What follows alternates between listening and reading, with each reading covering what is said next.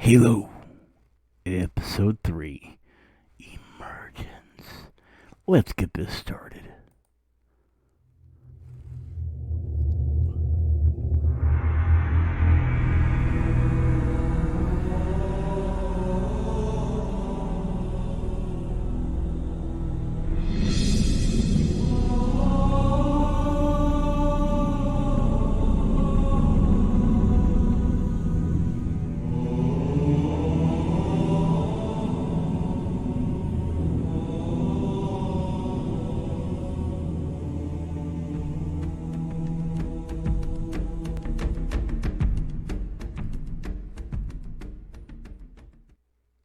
How do you do, G-Pop crew? It's your Naughty Buddy here. Today, we're going to be reviewing and doing a full breakdown of Halo Episode 3, Emergence. Now, if you're not familiar with this series already, well, then you need to kind of, check it out before you come back to this full breakdown.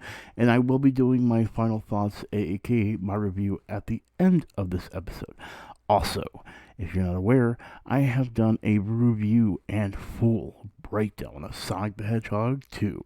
So make sure you go check that out. It is a spoiler-free review and then a full breakdown. And then I'm doing an additional full breakdown with a lot more details later today after this review, of course, post. But if you've not even seen Sonic, don't worry. They do have Sonic on Paramount Plus, and of course, if you're watching Halo on Paramount Plus, then it's a double whammy for you. You can watch the episode 3 of Halo, and then watch the first Sonic movie, then head to the theaters and see the second Sonic movie. And you, in return, will support video game and other mediums, aka movies and TV shows. But with that being said, let's get started with this full breakdown. Alright, ladies and gentlemen, for the first Easter egg, we have the planet OBAN. Now, the planet OBAN was first appeared in Halo 4, but it actually has a history already within the lore. So basically, OBAN was actually within the attack or the war between the humans and Covenant, and later was used as a place to put refugees and so on and so forth to. Now, I don't know if in this series that it's already has refugees, because of course they change things, but initially it was a place that a war between the Covenant humans existed, and then later was turned into a refugee camp. So whatever they've done in this episode might be quite different, but this definitely was something that was later appeared or made a more dramatic approach in Halo 4 and beyond that. Now, this Easter egg is actually quite funny because it took, honestly, literally, the Covenant to say on screen and be translated because it looks nothing like it does in the game. So, for those unfamiliar, the Luminary is a Forerunner device that is meant to find Forerunner relics. And if you remember that marathon symbol, the one that, or that the artifact that Master Chief found, John 711 in the first episode, is a Forerunner device, and it's part of the Halo rings. Well, this Luminary device that you see on the screen is what attracts relics like that, or finds relics like that. But of course, in the game, in the books, there's a much more varied look to it, and it's not something that is more prominent when it comes to what it looks like or how it tracks down and everything. You'll see that right here on the screen that these Covenant have it right here, the device right here, and here's a closer look at one of the relics that identifies it. It's not something that's carried. It's more of like a it's more of like a map system, if you so to say. So I do love that the show decided, no, we're just going to simplify it, make it something on a staff, and make them carry it around. Which, hey, it is different, but at least they say right here, the Luminary grows strong. So, thanks for telling us the information we did not know, kind of. People still wouldn't know where it was, but at least now I explained it to you. Now, I finally get to explain Cortana.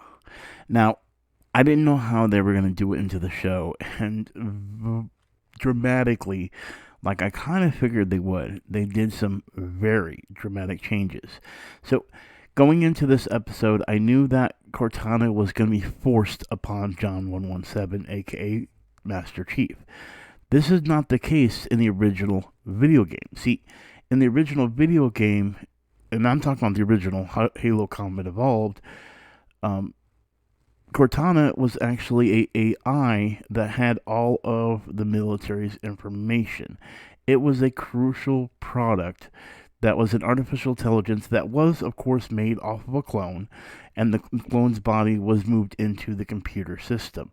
Here's where the change from the show, and this is a dramatic change, honestly, is John in the show is forced with it, and it is embedded into his brain.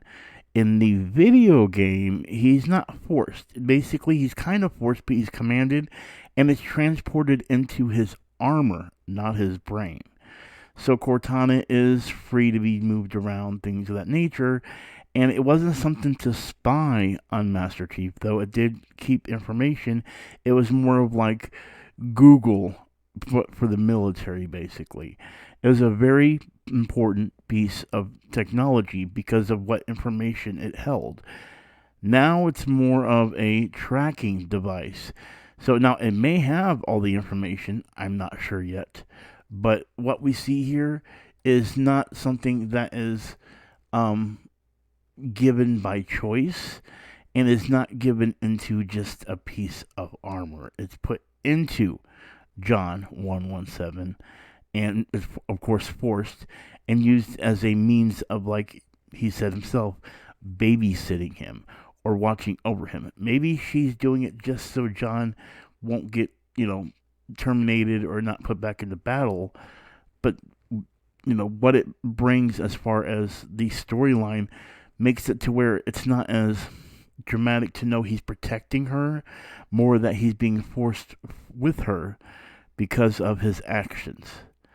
And that definitely is a big, big difference when it comes into the relationship of Cortana and John later in the series, because that is not what happened in the video game. Yet another thing I wasn't expecting to happen so quickly, but this was in the original Halo and huge part of Halo 3. And ladies and gentlemen, that is the Flood. You are seeing the Flood on the screen.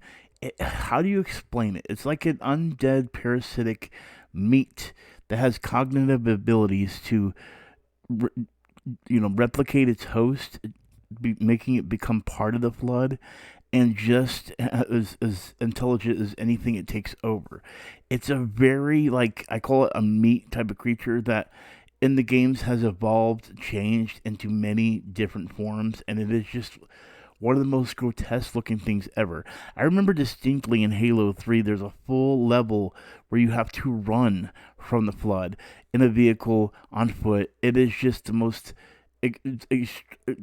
not excruciating, but just, it's a very haunting thing, because no matter how much you shoot it, there's more of it around, because it's just attaching to any human or fleshy object to make it its own. It is a parasitic undead organism that keeps its cognitive abilities, which means it keeps its intelligence, and just takes over any host it wants to make it its own. It is deceptively bad. She controls the Flood, and she is bad. She's not in the game, though. She is a new character, and giving her control of the Flood, as you see here, is not a good thing.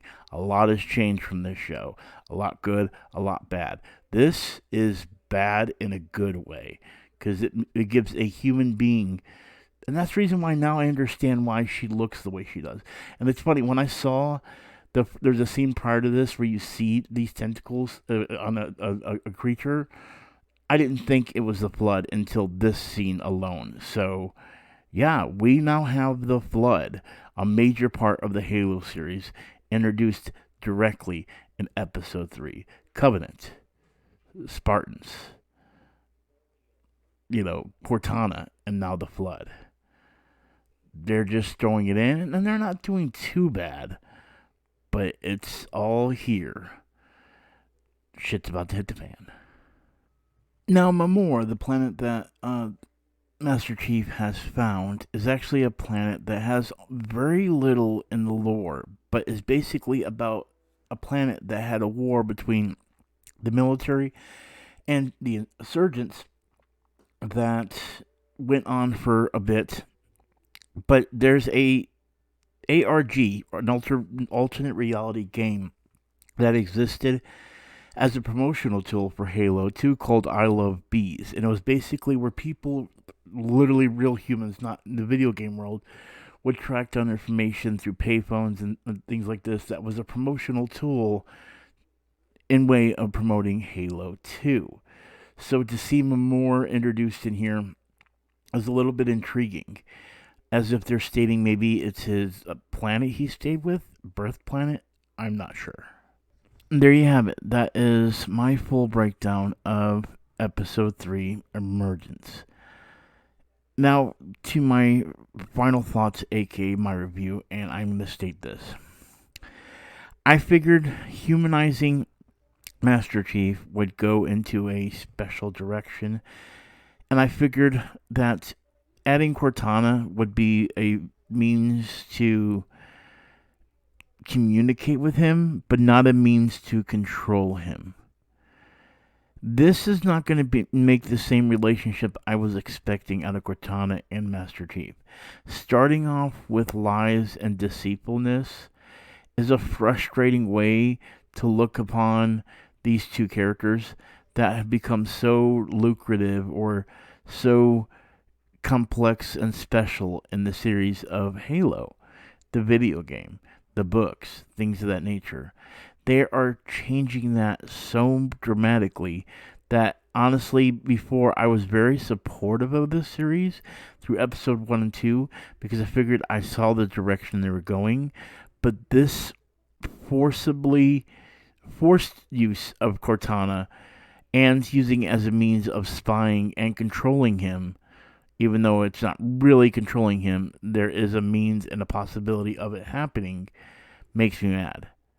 And I understand humanizing Master Chief, but when you humanize him too much with feelings, thought, past, I feel like we're losing the mark of what made Master Chief special. I understand we need to focus on humanizing it so those that don't play the video game will understand why we do things. But here's the thing. When you do things like The Mandalorian, a prime example, you can, or I'll use Mandalorian as an example. Sorry, I should say that off the top.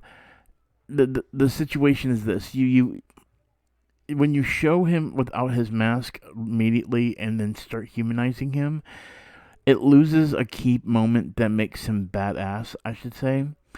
And using characters around him to show sympathetic means would have been better. Having Cortana as sympathy, or the version of what would be sympathy for him, would have been a great deal of use to give him that whole he's badass, but has Cortana to soften him. That's not happening here. It's a different type of softening that I'm just not liking. And honestly, episode 3, even though it did contain a bunch of stuff that I was excited to see, the final product is starting to bother me. Episode 1 and 2, I was able to look past the unmasking, everything else, but this is starting to become way past what I'm used to as Master Chief. I understand humanizing him. I would want that as well. But you don't have to always fully humanize a character just so it appeals to people, because then you're missing the mark of what made Master Chief so badass. Not at any moment have we seen him put his helmet back on during this episode. Not at any moment are we seeing him in combat kicking ass. We're seeing Master Chief go through some emotions and learning about life that I understand for a normal human, but as a Spartan, this isn't what we as a fan collectively wanted when it came to Master Chief in general, because of what we know and love about Master Chief already. This is, I hope there's a better road that this is going down, because I don't remember how many more episodes we have, but I'm scared of where this series may go, and if it ever is going to have the opportunity to go back to where it was. I want to thank you all for watching. Tell me in the comments below, what did you think of this episode? And what do you think of Halo so far? And as always, I'm Putty with the G-Plot crew, and you know what we do. We do reviews like this. I'll see you guys in my full breakdown of Sonic the Hedgehog 2 later today. Peace.